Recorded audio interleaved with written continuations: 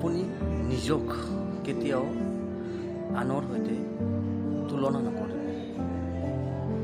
কাৰণ আপুনি আপোনাৰ যিখিনি ভূমিকা থাকে সেই ভূমিকা বা চৰিত্ৰ আপোনাৰ কোনেও ল'ব নোৱাৰে। সেইবাবে আপুনি নিজক কেতিয়াও আনৰ সৈতে তুলনা নকৰে। আনে যদি হাঁহি থাকে আপুনি তাতকৈ নাহাঁহিব। গতিকে আপোনাৰো হাঁহিব লগা দিন আহিব। ভাগ্য আপোনাৰ মোৰ হাতত নাথাকে, কিন্তু সিদ্ধান্তবিলাক আপোনাৰ মোৰ হাতত থাকে। আমি সিদ্ধান্তবিলাক ল'ব পাৰোঁ আৰু সেই সিদ্ধান্তই আপোনাৰ ভাগ্য সলনি কৰিব পাৰে।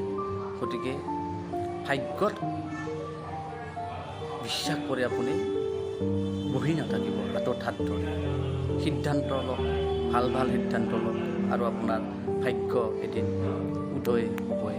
আৰু নিজৰ ওপৰত আপুনি বিশ্বাস ৰাখক, চেল্ফ ৰেচপেক্ট, আত্মসন্মান বজাই ৰাখক। ধন্যবাদ।